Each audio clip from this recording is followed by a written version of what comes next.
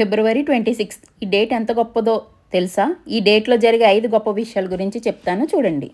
ఫస్ట్ది 144 ఇయర్స్ ఒకసారికి వచ్చే మహాకుంభమేళా ఎండ్ అయ్యేది ఈ ఫిబ్రవరి 26లోనే. సోలార్ సిస్టంలో ప్లానెట్ అలైన్ జరిగేది ఈ డేట్లోనే.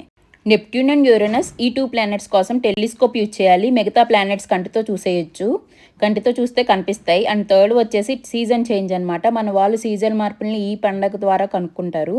మన పురాణాల ప్రకారం ఎగ్జాక్ట్గా శివరాత్రి తర్వాత నుండి వింటర్ పోయి సమ్మర్ వస్తుంది.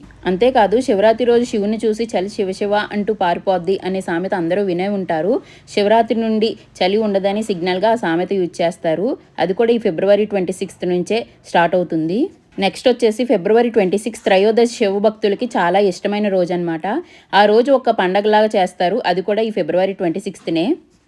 మోస్ట్ ఇంపార్టెంట్లీ ఫిబ్రవరి 26 మహాశివరాత్రి. మామూలు శివరాత్రికి ఈ శివరాత్రికి చాలా డిఫరెన్స్ ఉంది.